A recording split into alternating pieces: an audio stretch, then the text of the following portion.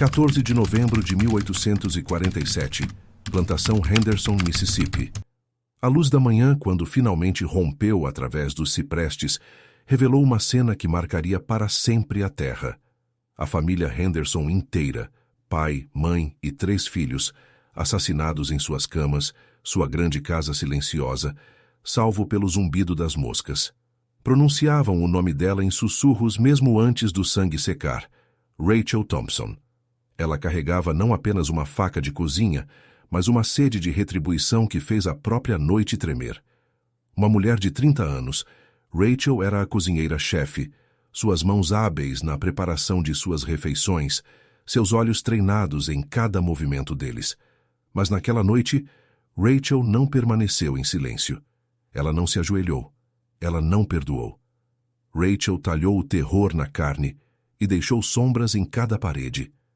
Esta é a verdadeira história de Rachel, uma escrava que transformou aquela fria noite de novembro em uma noite de acerto de contas, quando o próprio medo aprendeu o nome dela. Antes de continuarmos, deixe sua marca nos comentários. De onde você está assistindo? No final, as testemunhas mantêm a história viva mais do que quaisquer registros poderiam. Rachel Thompson vivera 30 anos na plantação Henderson, uma vasta propriedade esculpida no delta do Mississippi, cuja prosperidade foi construída sobre as costas de sua população escravizada. Suas primeiras memórias eram da cozinha, o reconfortante cheiro de pão assando, misturado ao cheiro áspero de sabão de lixívia, o calor constante da lareira, o corte rítmico de vegetais. Desde criança, ela fora treinada por sua mãe, também cozinheira, na dança intrincada de alimentar uma casa que a considerava menos que humana. Ela aprendeu o calor exato para derreter a banha, o momento preciso de tirar um bolo do forno, a sutil arte de temperar. Mais importante, ela aprendeu a observar. A família Henderson, liderada por Phelim, a família Henderson via Rachel como propriedade, uma parte funcional de sua grande casa de pilares brancos. Philemon era um homem de semblante severo, sua piedade frequentemente invocada para justificar sua crueldade. Sua esposa, Elisa, era uma mulher delicada à primeira vista, mas sua fragilidade mascarava um temperamento caprichoso que podia se tornar violento com um prato caído ou um assado queimado. Seus 3 filhos, Thomas, Eliza Jr. e o caçula, Samuel, cresceram espelhando as atitudes de seus pais. Seus caprichos infantis muitas vezes se traduziam em atos casuais de crueldade para com as crianças escravizadas, incluindo os irmãos mais novos de Rachel, que trabalhavam nos campos. Os dias de Rachel eram um ciclo monótono, começando antes do amanhecer e terminando muito depois do pôr do sol. Ela limpava, cozinhava, servia. Ela se movia pela casa como um fantasma, sua presença reconhecida apenas quando surgia uma necessidade. Suas mãos calejadas e fortes empunhavam uma variedade de ferramentas, pesados potes de ferro, colheres de pau e, crucialmente, um conjunto de facas de cozinha bem conservadas. Essas facas eram suas companheiras constantes, lâminas afiadas em uma pedra, mantidas prontas para cortar assados, fatiar vegetais ou preparar caça. Uma faca em particular, uma lâmina longa e esbelta com cabo de madeira escura, era sua favorita, perfeitamente equilibrada em sua mão. Era uma ferramenta, uma extensão de suas mãos hábeis, essencial para seu trabalho. Ela pouco pensava em seus outros usos potenciais, ainda não. A vida na plantação Henderson era um processo lento e extenuante de desumanização. Rachel testemunhou incontáveis atos de brutalidade. Ela viu homens chicoteados por infrações menores, mulheres separadas de seus filhos e vendidas rio abaixo, famílias despedaçadas tão facilmente quanto um prato de cerâmica caído. Cada instância corroía seu espírito, deixando para trás um núcleo duro e inabalável.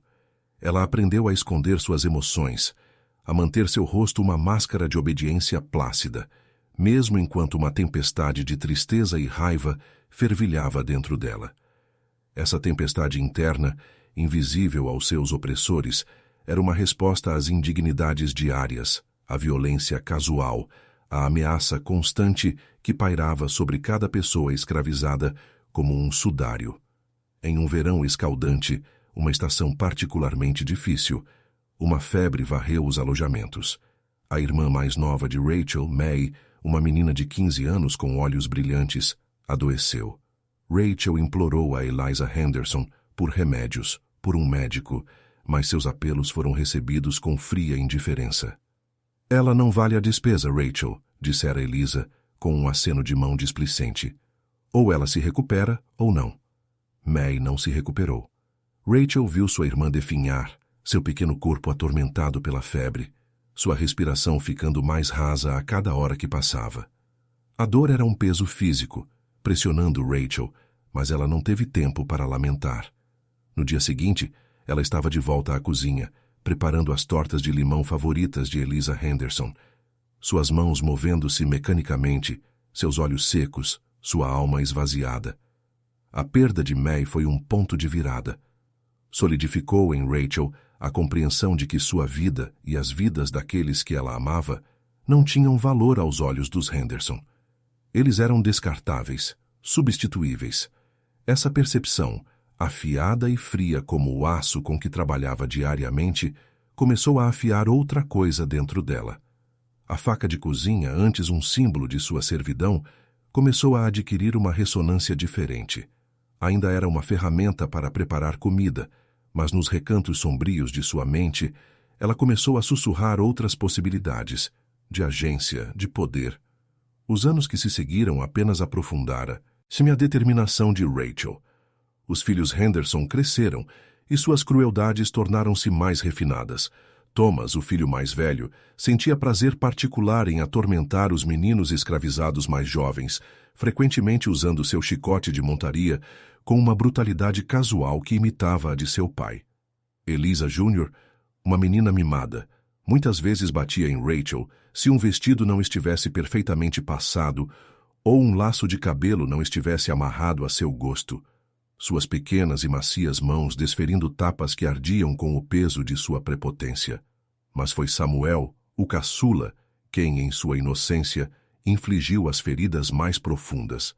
Ele exigia que Rachel lhe contasse histórias, depois ria de seu dialeto, imitando suas palavras em um tom zombeteiro, inconsciente da dor que causava, apenas ecoando o desprezo que ouvia de seus pais. Rachel sorria, um sorriso ensaiado e vazio, e continuava seu trabalho, suas mãos amassando a massa, sua mente uma fortaleza de ressentimento fervilhante. A plantação era um lugar onde a esperança muitas vezes murchava, mas para Rachel, um tipo diferente de crescimento se enraizou. Não era esperança, mas uma determinação sombria, nutrida pelas constantes injustiças. Ela observava os Henderson comerem suas refeições fartas, suas risadas ecoando pelo grande salão de jantar, enquanto seu povo labutava e passava fome. Ela servia-lhes o vinho, polia sua prata e ouvia suas conversas sobre riqueza, preços do algodão e as últimas modas, enquanto silenciosamente suportava o peso esmagador do seu mundo. Então veio o incidente com o velho Cyrus. Cyrus era um trabalhador de campo, muito velho e enfermo para trabalhar tão rápido quanto Philemon exigia. Em uma tarde de agosto escaldante, Philemon, em um ataque de raiva por uma suposta lentidão na colheita do algodão, mandou amarrar Cyrus a um poste e o chicoteou sem piedade. Rachel, parada perto da porta da cozinha, ouviu o estalo nauseante do chicote, os gritos de dor do velho. Ela viu o sangue dele manchar a terra seca. As outras pessoas escravizadas observavam em horror silencioso, seus rostos gravados com medo e desamparo. Mas em Rachel algo mudou. A imagem de Cyrus, quebrado e sangrando, gravou-se em sua memória. Foi então, naquele momento de crueldade crua e inalterada, que a escolha foi feita, não com palavras, mas com uma fria certeza que se instalou profundamente em seus ossos. A faca em sua mão, geralmente usada para fatiar assados, pareceu mais pesada, mais significativa. Tornou-se mais do que uma ferramenta, tornou-se uma ideia, uma promessa silenciosa e afiada. O planejamento foi meticuloso. uma construção silenciosa em sua mente, como construir uma casa tábua por tábua, pedra por pedra. Ela observou os hábitos da família, seus padrões de sono, a disposição de seus quartos, os rangidos nas tábuas do assoalho. Ela conhecia a casa melhor do que eles, cada passagem secreta, cada recanto escondido. Ela sabia quais portas estavam trancadas, quais janelas estavam fechadas. Ela se movia pela casa como uma sombra, memorizando o ritmo de suas vidas, esperando o momento perfeito. Ela pensou na faca, a longa e esbelta com o cabo de madeira escura. Ela a havia afiado recentemente, a lâmina brilhando, pronta para qualquer tarefa. Mas esta tarefa seria diferente. Em uma noite fresca de outono, um pregador itinerante visitou a plantação Henderson. Ele falou de julgamento, de fogo e enxofre, dos ímpios sendo derrubados. Os Henderson ouviam com satisfação presunçosa, acreditando que esses sermões eram para os pobres e os ímpios, certamente não para eles, os justos. Rachel, ouvindo da cozinha enquanto preparava uma ceia tardia, ouviu palavras diferentes. Ela ouviu uma promessa de acerto de contas, uma validação da tempestade que fervilhava dentro dela por tanto tempo. As palavras do pregador foram como um pavio, acendendo o plano cuidadosamente construído em sua mente. A noite de 14 de novembro de 1847 chegou com um frio no ar, um precursor do inverno. Era uma noite tranquila, daquelas que muitas vezes seguiam um dia de trabalho árduo. Os Henderson haviam desfrutado de um jantar farto, pato assado, inhames temperados e uma torta de maçã profunda. Rachel havia cozinhado tudo, servido tudo, seu rosto impassível. Ela observou Philemon beber seu vinho do Porto, Elisa sorver seu chá, as crianças brigarem pela sobremesa. Ela os observou não como pessoas, mas como obstáculos, como as peças finais de um quebra-cabeça que ela estava prestes a completar. Depois que a família se recolheu aos seus quartos, Rachel permaneceu na cozinha. Os outros serviçais escravizados já haviam ido para seus alojamentos. A casa mergulhou em um silêncio profundo, quebrado apenas pelo tic-tac do relógio de pêndulo no corredor e pelo ocasional farfalhar das folhas lá fora. Rachel caminhou até o grande bloco de madeira onde fazia a maior parte de seus cortes. Ela pegou sua faca favorita, aquela com o cabo de madeira escura. Ela passou o polegar pela borda, testando sua afiação. Estava perfeita. Você teria feito o mesmo no lugar dela? Seu primeiro alvo foi Philemon Henderson. O quarto dele ficava no térreo, mais próximo da cozinha. Rachel o ouvira roncar muitas vezes, um som alto e gutural que preenchia a noite. Ela se moveu pela casa escura. Seus pés descalços não faziam barulho nos assoalhos de madeira polida. O silêncio ao seu redor não era vazio, mas denso de antecipação. Um cobertor pesado que abafava até sua própria respiração. Ela abriu a porta de Philemon, um leve rangido que pareceu ecoar na vasta quietude, mas ele não se mexeu. Ele jazia de costas, uma figura formidável mesmo dormindo, a boca ligeiramente aberta. O silêncio da casa era absoluto, uma quietude profunda que pairava sobre tudo. Estava feito. As décadas de dor acumulada, as incontáveis injustiças, os gritos silenciosos, tudo culmin. O quarto estava escuro, mas uma fresta de luar cortava a janela, iluminando uma pequena parte da cama. Rachel aproximou-se da cama. A faca baixa, um peso frio em sua mão. Seu coração não batia forte. Suas mãos não tremiam. Havia apenas uma calma profunda, quase espiritual dentro dela, uma clareza que estivera ausente por décadas. Ela olhou para Philemon, o homem que havia ordenado incontáveis chicotadas, que havia vendido seu povo, que havia desprezado a vida de sua irmã como inútil. Não havia raiva nela agora, apenas propósito. A faca desceu rapidamente, limpa. O ronco de Philemon Henderson gorgolejou em um engasgo sufocado, um som que foi rapidamente engolido pela noite. Não houve luta, nem grito. Ele simplesmente deixou de existir. Rachel retirou a faca, sua lâmina agora escorregadia e escura. O cheiro de cobre encheu o ar, um perfume novo e austero no quarto opulento. A próxima foi Eliza Henderson. O quarto dela ficava no andar de cima, no final do corredor. Rachel subiu a grande escadaria, cada degrau um sussurro cuidadosamente colocado. Eliza tinha o sono leve, conhecida por acordar ao menor distúrbio. Rachel sabia disso. Ela se moveu com uma furtividade quase sobrenatural, uma sombra destacada da própria estrutura da casa. Eliza estava encolhida de lado, com uma delicada touca de renda na cabeça, o rosto virado da porta. Rachel parou ao pé da cama, observando o suave subir e descer da respiração de Eliza. Ela se lembrou do aceno displicente de Eliza, de suas palavras frias sobre May. A crueldade casual, a indiferença ao sofrimento havia sido um veneno lentamente se infiltrando na alma de Rachel. Este era o antídoto. A faca moveu-se novamente. Eliza Henderson ofegou. Um som alto e agudo, seu corpo arqueando brevemente antes de cair imóvel. Suas mãos, que uma vez haviam batido no rosto de Rachel, agora jaziam moles nos lençóis de seda. Rachel ficou por um momento, ouvindo. A casa estava quieta. O relógio de pêndulo lá embaixo continuava seu tic-tac implacável. Uma música solene na escuridão silenciosa. Uma sinfonia quebrada de uma família silenciada. Os filhos eram os próximos. Thomas, o mais velho, estava em seu próprio quarto, corredor abaixo do quarto da mãe. Ele era um rapaz esguio de 17 anos, cheio da fanfarronice e arrogância de seu pai. Rachel se lembrou de seu chicote de montaria, do casual movimento de seu pulso. Thomas dormia profundamente, o rosto relaxado e juvenil, inocente no sono, mas manchado pelas ações de suas horas de vigília. Rachel não hesitou. A faca encerrou sua promessa de um futuro cheio de crueldade herdada. Eliza Jr., um ano mais nova que Thomas, tinha um quarto cheio de bonecas e vestidos com babados. Ela era uma criança exigente, propensa a ataques de birra.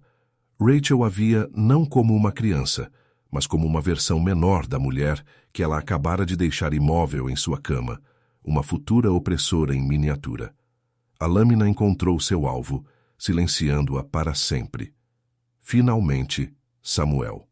O caçula mal completara 10 anos.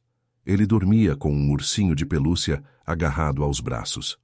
Rachel ficou sobre ele, observando seu peito subir e descer. Ela se lembrou de seu riso zombeteiro, sua mímica inocente, mas dolorosa.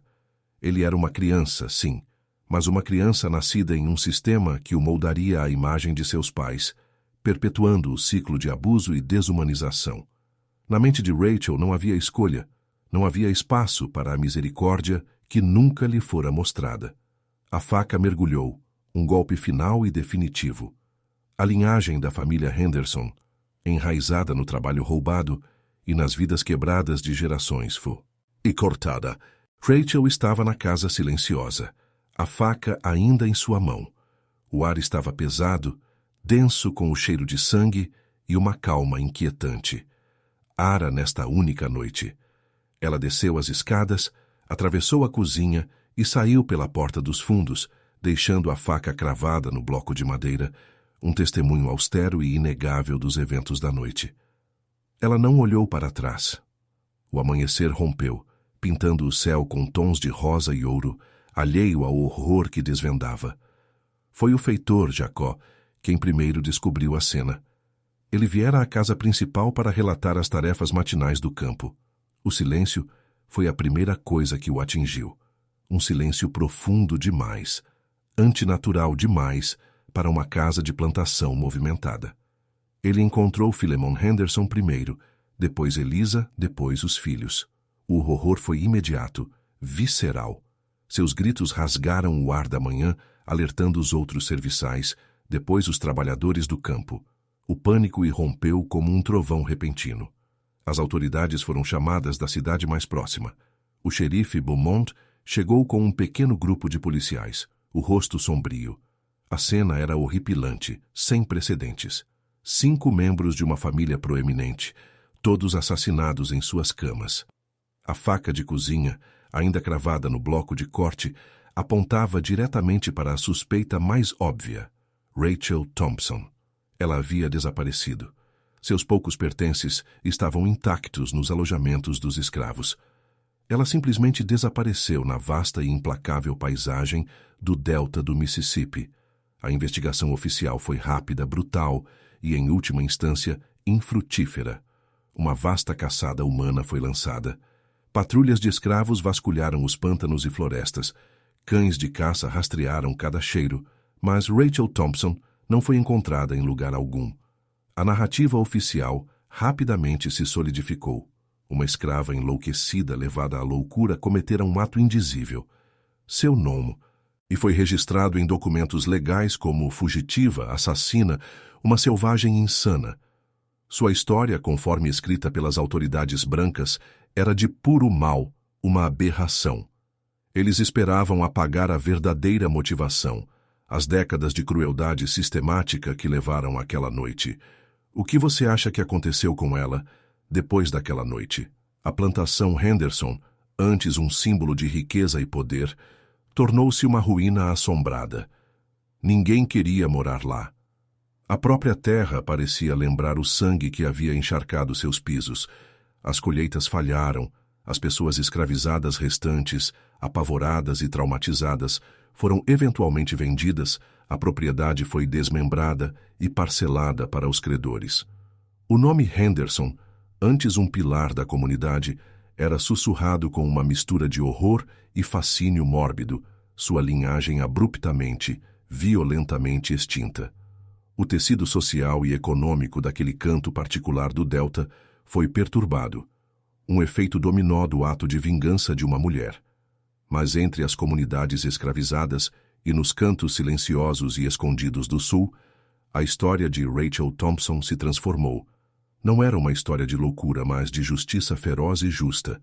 Seu nome, oficialmente apagado dos registros, viveu em tons sussurrados, passado de uma geração para a outra, uma lenda sussurrada ao redor de fogueiras e em cozinhas silenciosas. Ela se tornou uma figura de poder desafiador, uma mulher que quebrara as correntes da opressão não com a fuga, mas com um acerto de contas terrível e inflexível. A faca que ela deixou para trás, embora fisicamente removida, tornou-se um poderoso símbolo nessas histórias. Uma arma silenciosa empunhada pelos oprimidos, uma promessa de retribuição contra a tirania. A mansão Henderson permaneceu por décadas, decaindo lentamente, sua grande fachada desmoronando, suas janelas olhando para fora como olhos vazios. Era como um relógio quebrado, seus mecanismos internos estilhaçados, eternamente parado na noite de 14 de novembro de 1847. Ervas daninhas tomaram conta dos jardins outrora bem cuidados, e o vento assobiando por seus salões vazios parecia carregar os ecos daquela noite terrível. O destino final de Rachel Thompson permanece um mistério histórico. Alguns dizem que ela encontrou seu caminho para o norte, misturando-se às comunidades negras livres. Outros sussurram que ela viveu seus dias nas profundezas dos pântanos de ciprestes, uma figura espectral guardando os caminhos esquecidos. Mas seu legado era inegável. Sua história, suprimida pela história oficial, prosperou nas tradições orais, tornando-se um poderoso testamento da capacidade do espírito humano para tanto a resistência quanto uma justiça profunda e inflexível. Seu nome, Rachel, tornou-se uma palavra proferida com reverência, um lembrete de que mesmo as vozes mais silenciadas podem à sua própria maneira rugir. Se você ainda está assistindo, escreva a palavra justiça abaixo. Os pés descalços de Rachel a levaram para longe da grande casa, passando pelos alojamentos silenciosos dos escravos e para as densas matas do Mississippi. O ar, nítido momentos antes, agora parecia pesado, carregado com o ato monumental que ela havia cometido. Ela se movia com um instinto primário, guiada pelos cheiros familiares de terra úmida e folhas em decomposição. A floresta, que sempre fora um lugar de refúgio tranquilo e caminhos ocultos para os escravizados, agora se oferecia como cúmplice. Ela conhecia essas matas, não apenas suas trilhas, mas sua própria respiração, o farfalhar das criaturas noturnas, o pio distante de uma coruja, as correntes invisíveis do vento através dos pinheiros. Ela se movia através deles como água, sem deixar vestígios, tornando-se uma com a escuridão que a abraçava. Sua mente, geralmente um turbe, ilhão de emoções suprimidas e deveres calculados, estava agora estranhamente clara, uma calma após a tempestade. Não havia arrependimento, nem medo, apenas um profundo senso de conclusão. As décadas de sofrimento silencioso, o constante roer da injustiça, haviam sido purificados em uma única noite decisiva. Ela havia carregado o peso da dor de seu povo, e por um breve e terrível momento, ela havia equilibrado a balança. Cada passo para longe da plantação era um passo em direção a um futuro desconhecido, mas era um futuro de sua própria autoria, livre do peso esmagador do domínio de Henderson. Ela se moveu pela noite, a lua oferecendo orientação esporádica através da densa copa das árvores. Ela imaginou o caos que irromperia ao amanhecer, os gritos, os cascos batendo dos caçadores de escravos, o latido de seus cães. Mas ela tinha uma vantagem, e conhecia a terra melhor do que qualquer um deles. Ela seguiu os caminhos sinuosos de veados e raposas, atravessou riachos rasos, seus sentidos aguçados, cada farfalhar, cada galho quebrado, um aviso potencial. Ela não tinha comida, nem provisões, apenas as roupas no corpo e a memória do que havia feito. Mas a fome em sua barriga não era nada comparada à sede de liberdade que agora a impulsionava. Dias se transformaram em noites. Rachel subsistiu de frutos silvestres e raízes, bebendo de nascentes escondidas. Seu corpo doía, mas seu espírito permanecia inabalável. Ela viu patrulhas à distância, ouviu os lamentos dos cães de caça, mas permaneceu escondida, uma mestra em camuflagem. Ela pensou em May, sua gentil irmã, e uma força tranquila fluiu através dela. Ela pensou em Cyrus, seu corpo quebrado, e sua determinação endureceu. Isso não era apenas para ela, era para todos eles, a multidão silenciosa e sofredora. De volta à plantação, a descoberta dos corpos dos Henderson enviou ondas de choque por toda a região. A comunidade branca reagiu com uma mistura de terror e indignação.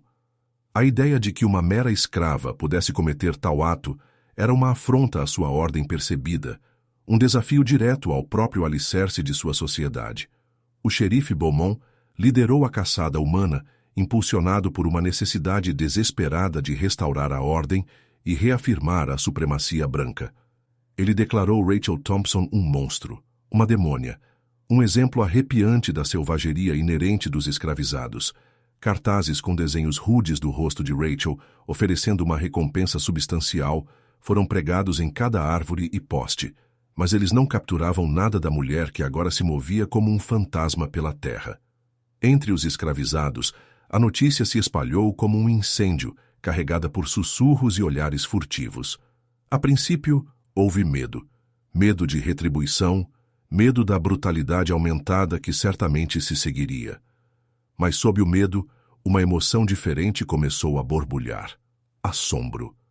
O nome Rachel Thompson era proferido em tons sussurrados e reverentes.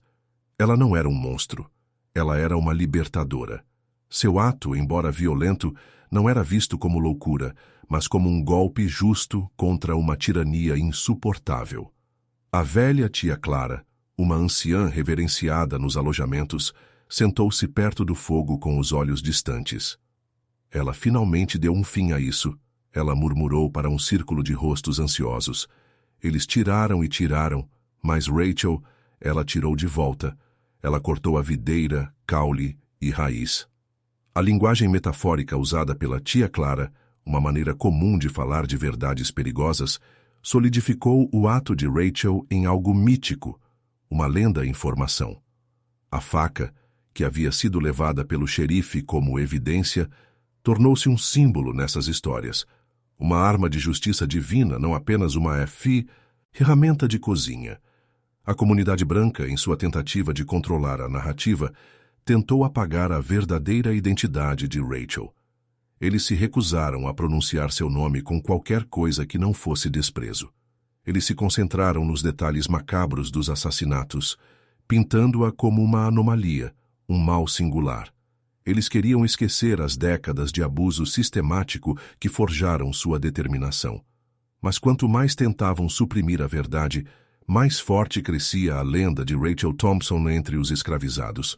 Sua história tornou-se um testemunho silencioso, uma história oculta sussurrada de uma geração para a próxima, um fogo secreto que aquecia o espírito de resistência.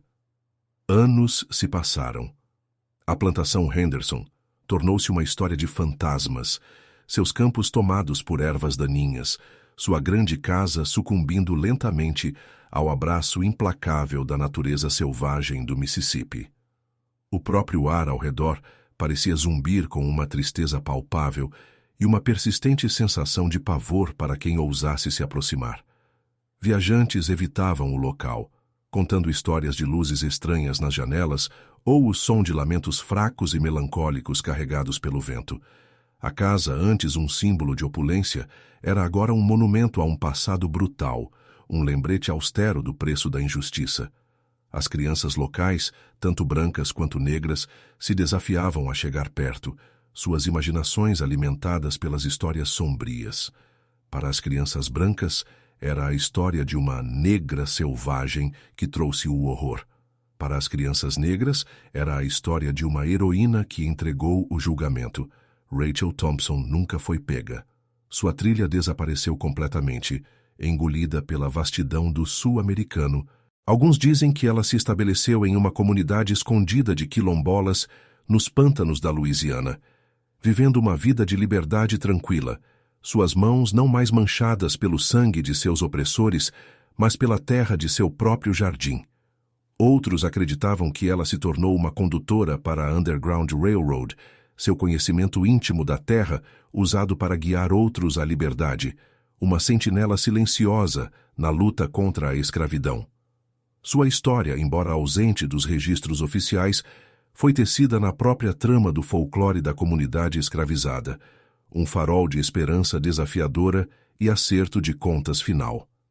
A faca, seu instrumento escolhido, acabou encontrando seu caminho para uma caixa de evidências empoeirada em um tribunal do condado, rotulada simplesmente Arma do Crime, Caso Henderson, 1847. Era um objeto frio e inerte, despojado de seu poder nas mãos da lei. Mas para aqueles que conheciam a verdadeira história, a faca nunca foi apenas metal e madeira. Era a encarnação de uma justiça profunda e terrível, uma promessa silenciosa sussurrada através das gerações, que mesmo nos tempos mais sombrios, sempre haveria um acerto de contas. A lenda de Rachel Thompson, a escrava de cozinha que derrubou um império de crueldade, continuou a ecoar, uma presença permanente na memória coletiva, um testamento do espírito inabalável daqueles que se recusaram a ser quebrados. Histórias como esta merecem testemunhas, seja uma deixando sua marca nos comentários. O nome Henderson desapareceu dos registros de poder, deixando apenas uma casa em ruínas e um pedaço de evidência esquecido em uma caixa empoeirada. Mas o verdadeiro livro Razão, gravado não em tinta, mas nos corações dos escravizados, continha uma contabilidade diferente. O nome de Rachel Thompson, apagado dos documentos oficiais, viveu, uma brasa feroz passada de uma voz sussurrada para a próxima, uma história que se recusava a ser enterrada. Foi a memória de uma mulher que, com uma simples faca de cozinha, ousou esculpir um espaço para a justiça em um mundo que a negava, garantindo que, embora a história oficial a escrevesse como um monstro, a verdadeira história, aquela que importava, a lembrava como um acerto de contas. Sua verdade, suprimida e distorcida por aqueles que a temiam, tornou-se um sussurro duradouro, uma poderosa contranarrativa carregada pelos ventos do Delta, um eco permanente da noite em que o medo aprendeu o nome dela. Se esta história ficou com você, certifique-se de que ela chegue a outros que precisam ouvi-la.